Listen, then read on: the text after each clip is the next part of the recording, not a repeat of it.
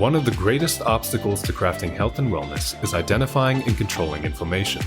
It's at the core of all complex and chronic diseases, and is the driving mechanism that underlies the most common symptoms that people like you struggle to overcome. Join us as we explore cutting-edge science and research to give you the information and tools you need to create the quality of life you want and deserve. And now, here is the host of Inflammation Nation, Dr. Stephen Noseworthy. Hey guys, welcome back to the podcast. This is episode 3 in a mini-series where we're still talking about health and longevity.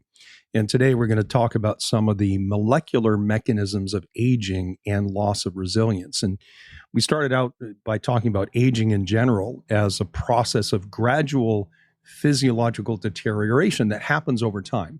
And it's important to understand that it happens at different rates in different systems or tissues. So it's entirely possible that your liver is biologically younger than your brain, or you might have a biologically younger thyroid gland compared to your gut, and so on.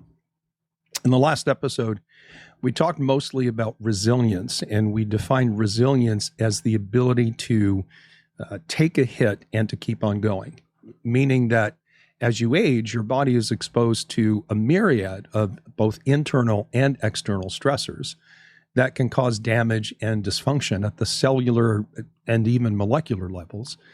And your ability to withstand that and to maintain balance and control of function is absolutely essential to healthy aging. Back in 2016, a group of Harvard researchers said that the dynamic interplay between a living organism and its environment determines the rate and the fate of aging. And they also said that the ability of an organism to overcome stress and respond to external environmental challenges and insults is blunted, or it's reduced, in aged individuals compared to their younger counterparts. And so this ability to withstand the aging impacts of stress is what we call resilience. And in the last episode, I went through a list of things to look for in different body systems to see if you can spot signs of loss of resilience in yourself. And it's probably a good time to remind you of a few things. Number one, when I use the word stress, I'm using it in the broad and the general sense of anything that can shift your system out of balance. And that includes not just psychological stress, but physical stress as well as physiological stress. And we often think of stress as an outside thing, something that's imposed on us from the outside. And yes, research certainly shows that the environment that we live in presents multiple chronic stressors to which we must always respond and adapt. And these would be things like heat and cold exposure. We would also include things like air pollution or radiation, and even toxins in the water, in the air, and the food that we eat. But stress can also be generated from the inside, right? From the internal environment. And inflammation from chronic infections or from some kind of autoimmunity, for example, would be internal stressors, as are things like changes in your blood sugar control or hormonal imbalances or leaky gut, just to name some of the more common things that people talk about these days. And in reality, even the toxins and the waste products of normal cellular metabolism are chemical stressors. And that if we don't break them down and clear them out, they can cause damage to cells or to cell parts, or at least they can disrupt normal physiology. So one of the main things that I want you to understand about aging and loss of resilience is that this happens at a cellular and a subcellular level, right? Aging and loss of resilience is characterized by the accumulation of molecular and cellular damage. And that leads to structural and functional abnormalities in the cells and the tissues that make up our glands and our organs. And to go through these just really quickly, these include things like damage to the mitochondria, which leads to decrease in energy production. We can also see impaired intercellular communication, right? Communication between cells. And this is a critical piece because you need to know that cells don't function in isolation, right? We, like talk about pancreas cells or brain cells or liver cells. They all work together. And so not only do cells work in conjunction with other cells of the same type, but they also communicate with cells of different types that do different things. And if we are to expect to be healthy and to age well, to increase our health span and not just our lifespan, it's essential that cells communicate with each other. And this communication goes wonky when we lose resilience. We also know that we sustain damage to our DNA. We've talked about this before. Of course, that's never good, right? It changes the code that determines cell health and cell function. Imagine trying to bake a cake where someone swapped an ingredient in the recipe. Say they exchanged gluten-free flour and replaced it with sawdust, right? It would completely change the characteristics of the cake. I don't think you could call it a cake at that point. And that's part of what DNA damage does. It replaces information that your body and your cells use to determine structure and function. And then finally, when we lose resilience, we lose control of senescence, right? Where older and damaged cells don't stop dividing and die off when they should. And that means essentially two things, right? They pass on faulty DNA to the next generation of cells.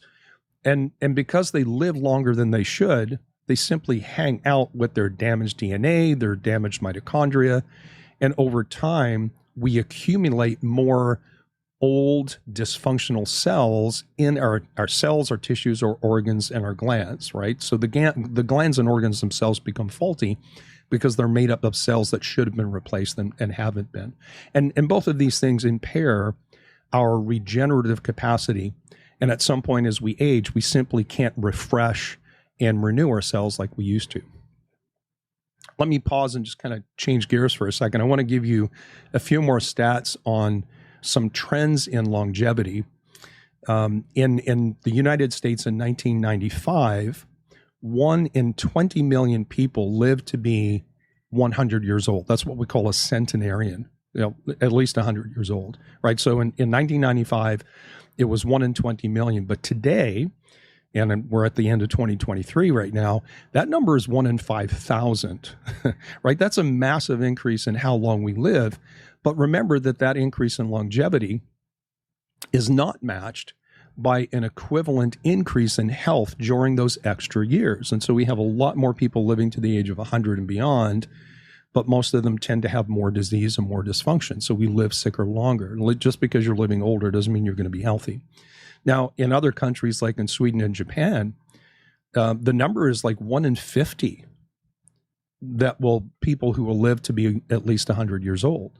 And obviously these are going to be reflections, not necessarily of genetics, but of things like diet and lifestyle and environment, of course. Universally, women live longer than men do. And it's like the difference is so stark that in the United States, between the ages of 50 and 75, the difference between the number of females compared to males roughly doubles, right? So between 55, 75, there's roughly twice as many women as men. And once you hit 85, that number doubles again, which is kind of crazy when you think about that.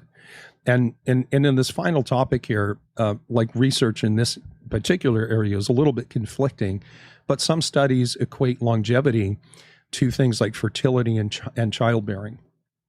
So we have studies, and again, there's conflicting evidence here, right? So we don't know exactly how this works, but there are some connections. But we know that middle-aged mothers live longer than middle-aged women who have no children.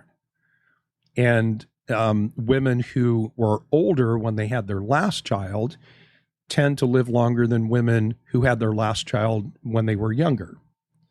And simply being a caregiver, as in being a mother, caring for other little human beings, motherhood is correlated with increased longevity, right? And this would probably fall under the general category of community or support and love, things that have very profound effects on the health of your brain, your hormonal balance, and particularly the competence of your immune system.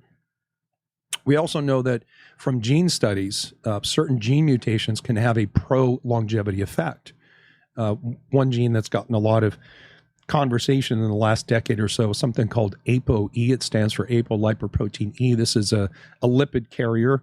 And basically it comes in different varieties. And we'll talk about ApoB in some upcoming episodes on brain health. But for now, know that the ApoE4 variant, because you can have a 2 or 3 or 4, and you have pairs. So you can have an ApoE profile of 2-2 or 2-3 or 3-3 or 3-4 or 4-4. But the ApoE4 variant, which is the one that everyone's talking about because it's associated and correlated with an elevated risk for Alzheimer's, we don't see that much in people who live to be 100 or more, which is kind of interesting, right? So it's probably important for you to know what your ApoE profile is. And again, we'll talk about these things in future episodes.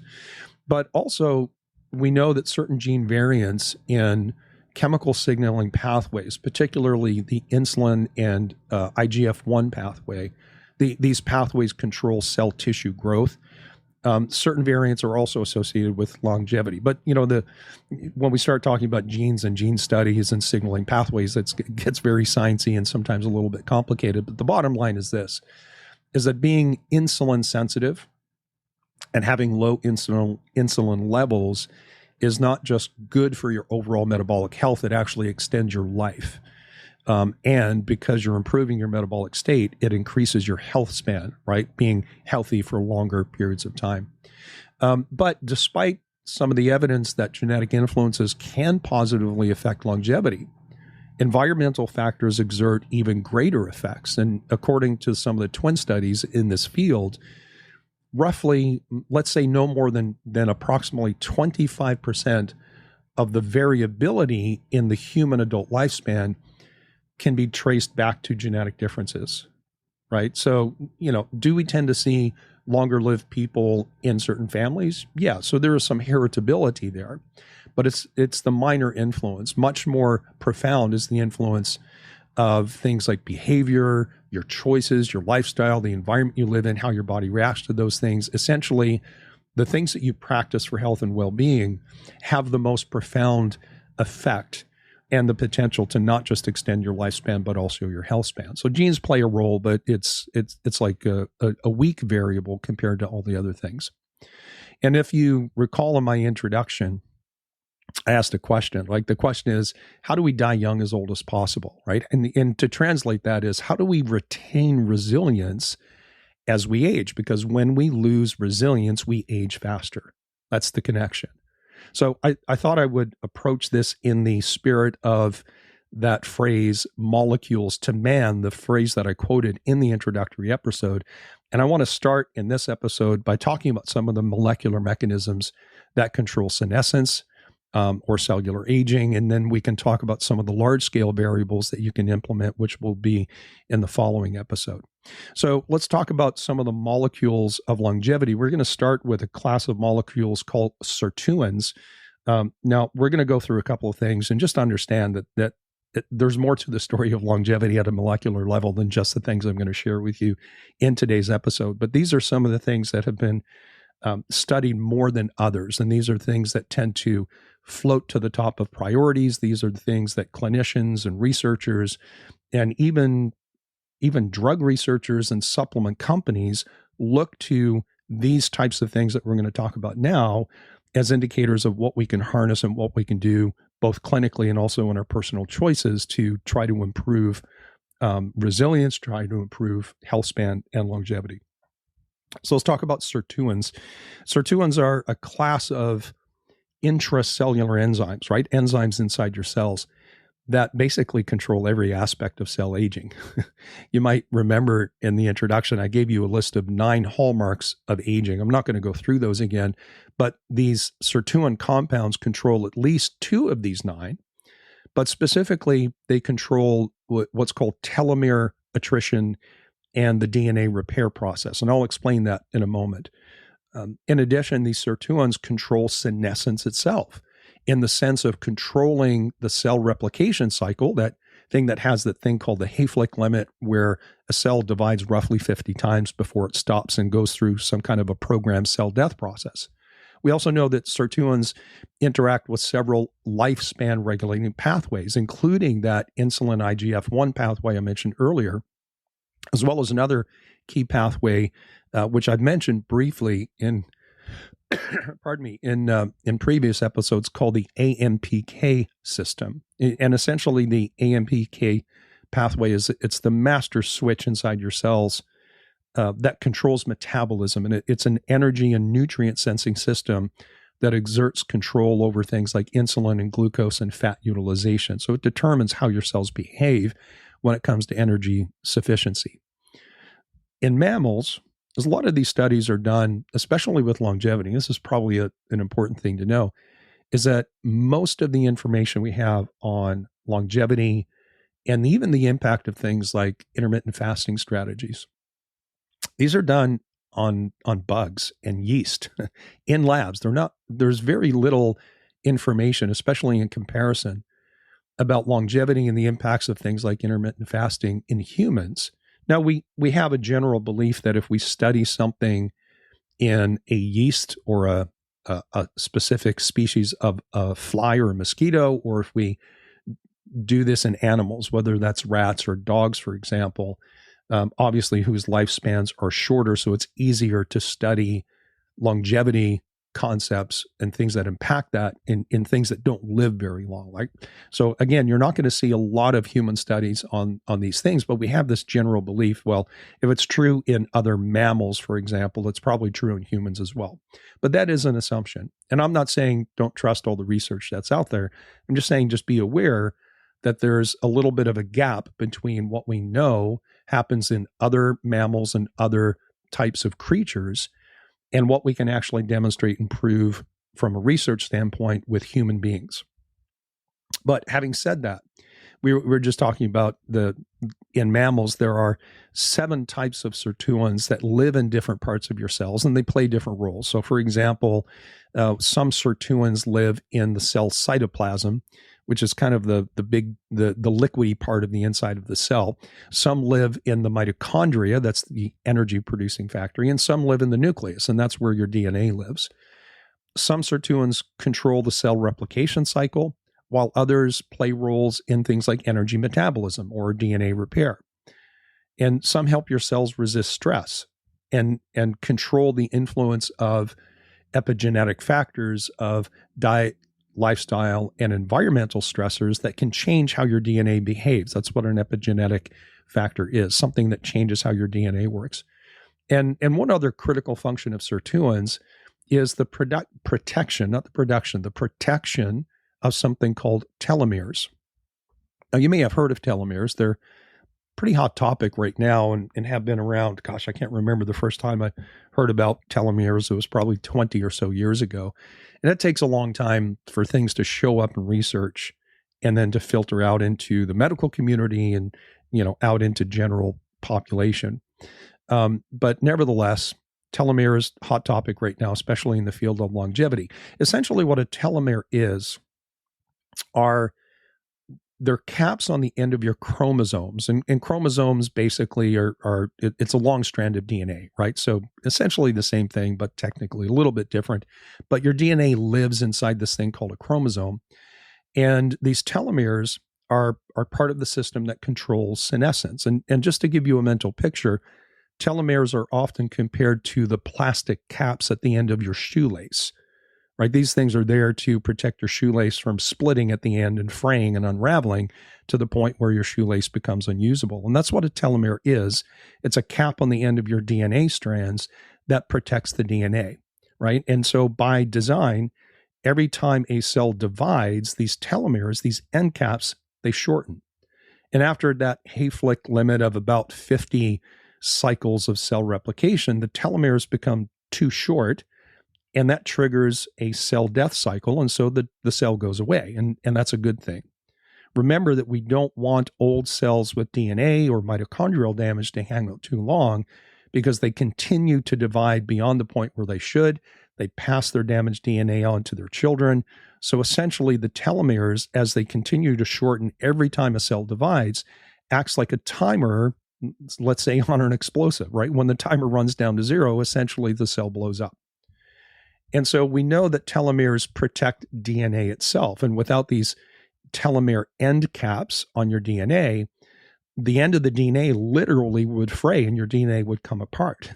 And your chromosomes and your DNA would then be damaged, and all kinds of things could happen. So for example, you could have 2 DNA strands that link together, and they can become a tangled clump, and essentially the DNA at that point doesn't work, or at least doesn't work the way it was designed or expected to.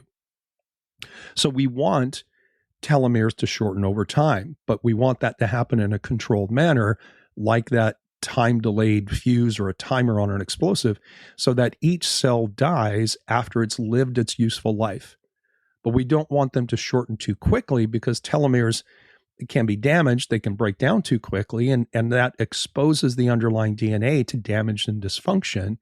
And the main thing that shortens telomeres too much is, you guessed it, inflammation and oxidative stress, which, by now you should understand that inflammation and oxidative stress are interlinked. And you should also know that oxidative stress is primarily generated by your own mitochondria, the thing inside your cells that makes the very energy that your cells need to work. And so this means that any diet or lifestyle choice you make that reduces inflammation and oxidative stress, or that improves mitochondrial function, should have a favorable impact on your telomeres and therefore your aging. Right? Smoking and obesity have very clear relationships to premature telomere shortening and both mitochondrial and DNA damage. And while not all obese people are metabolically deranged, the majority are, and they probably fall within the domain of cardiodiabesity, that intersection of carrying around too much body fat, having heart disease risk, and perhaps having diabetes, or at least you're progressing towards that. And so that means that simple things, like things that we know, like stopping smoking, losing weight, controlling blood sugar, reducing inflammation, these are key strategies. But that doesn't mean that if you're a lean non-smoker, you're going to get off scot-free, right? There are many paths to inflammation and oxidative stress, and therefore telomere damage, and your overall metabolic health is very critical. Now, one of the cool things about how your body has been designed is that while your telomeres sustain damage through inflammation and oxidative stress, there is also a telomere repair system using an enzyme called telomerase. It's kind of hard to say that. Telomerase or telomerase, it depends on how you want to pronounce it. So when a cell divides and the chromosomes lose a piece of the telomere, they shorten, or when the telomeres get damaged from oxidative stress, then this telomerase comes in and it repairs that damage. And this dual feature, where we want telomeres to shorten but under control and to be repaired from things that shorten prematurely, is how we control aging. But everything has a downside, right? Like I said, if we lose control of telomere shortening, cells live too long, and that's bad. Likewise, if telomerase doesn't allow shortening over time and cell death to take place on schedule, that's bad too.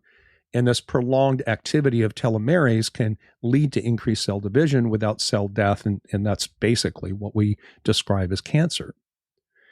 So if you've been trying to piece it all together as we go along today, you might be asking, hey, well, what can I do? Like usually people ask, what supplements can I take to improve my sirtuins and to improve telomere length by maybe supporting the telomerase? And the science here is pretty strong. It's strong enough that, again, companies make nutritional formulas specifically for this purpose. And there have been billions of dollars spent in the research world trying to find drugs that increase longevity. But listen, before you hit Dr. Google and you start popping telomere support supplements, please understand that the most powerful drivers of longevity, of sirtuins and telomere repair, even your insulin and your AMPK signaling pathways, the most powerful drivers are not found in a plastic bottle, right? They're found in the grunt work of having an ideal diet for your body chemistry, controlling carbohydrate intake, and promoting insulin sensitivity, getting enough sleep, reducing and controlling stress, and yes, even that dreaded 4-letter word called exercise, which obviously has more than 4 letters. Now, I've said it a million times, and I'll say it a million more. You can't out-supplement a bad diet. You can't out-supplement a crappy lifestyle. If you're stressed and sedentary and you can't sleep and you're eating too much sugar and carbohydrates and your insulin's not under control, you cannot expect any supplement to extend your lifespan or health span until you get those things in place, until you get control of those things. Now, having said that, I do want to give you a short list of nutritional supplements that have been linked in research to increasing sirtuins and telomerase activity. Remember, this is what translates into maintaining control over senescence so that cells stay functional longer and die off when they're supposed to. There was a paper published in 2019 in the journal Molecular Medicine Reports. It looked at several different natural compounds and their impact on telomerase activity and their ability to protect and repair these damaged telomeres. And the top three performers in order of potency, number one is an herb called Gotu kola. It's also known as Centella asiatica, and it's often used to improve blood flow to the brain, for example. Also another compound called oleanolic acid, which is found in high-quality olive oil, and an herb called astragalus, which is quite often used for its antiviral properties. Whether you have a cold or a flu, astragalus is commonly prescribed for that. And so these three natural compounds, Gotu kola, oleanolic acid from olive oil, and astragalus, are shown in the literature to increase telomerase activity anywhere from 4 to 9 times over the baseline. Now remember, just taking these as supplements is not going to overcome the impact of having bad diet, bad lifestyle, not controlling stress, not sleeping, etc. Now, as far as sirtuins go, most of the research focused on two related compounds, and those two things are resveratrol and pterostilbene, and that's pterostilbene that starts with a P, but the P is silent. So pterostilbene. I'm sure you've heard of resveratrol. I've talked about it in different episodes before. It's an extract from the skin of red grapes. And it's not just a sirtuin activator, but it's a great anti-inflammatory agent as well. And I use this quite often with my chronically ill and especially autoimmune clients. But it does have some drawbacks in that resveratrol, especially in capsule form, has very low bioavailability and a very short half-life, which means that if you just buy resveratrol, at Costco or some random seller on Amazon because you're trying to save money, chances are you're not getting the quality that you need or the doses that are going to work for you. So be very careful buying stuff online. There is also this resveratrol-like substance that comes from blueberries, and this is the pterostilbene.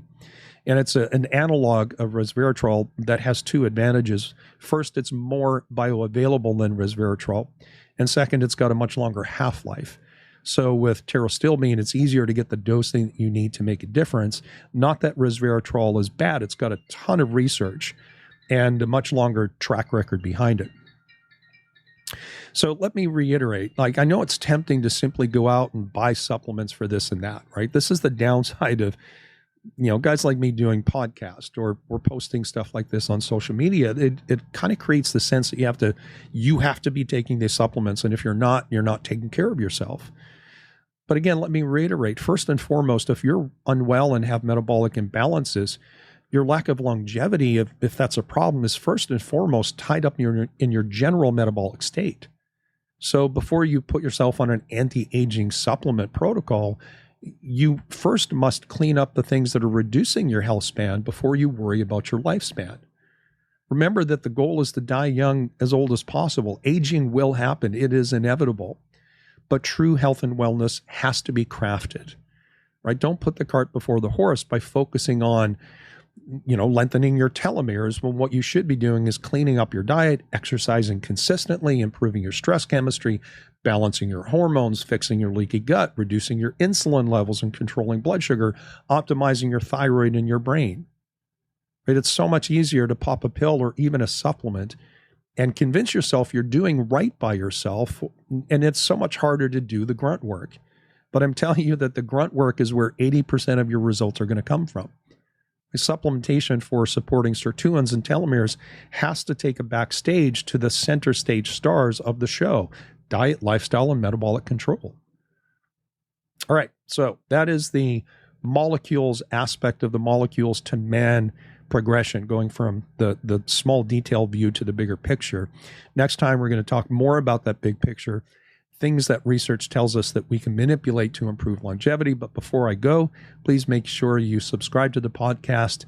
And if you're struggling to piece all of this together, why not use one of the links in the description? You can reach out to me. You can schedule a one-on-one consult. Listen, the new year is right around the corner, right? And that means that most of us are going to be thinking about resolutions and the whole new year, new me part of winding down 2023 and heading into 2024. So if you're serious about finding and fixing your metabolic issues so that you too can live healthier longer, then I would love to talk and help you in any way that I can. So you can just hit the link in the episode description, or you can go to my website, drnoseworthy.com. That's drnoseworthy.com. There's a contact form there. Just look for the menu up top. Go straight to my email, and yes, I will answer you personally. The countdown is on. 2023 is ending. 2024 is right around the corner. All right, guys, I'll see you next time. Thanks for listening. Thanks for listening to Inflammation Nation. If you enjoyed this episode, make sure you subscribe to our podcast. Be the first to know when a new episode drops so you can stay on top of your game. It also helps others like you find the answers they need. You can use the links in the episode description to check out Dr. Noseworthy's self-learning programs for thyroid, detox, and gut health. Or you can submit a question for the podcast and even reach out to Dr. Noseworthy directly.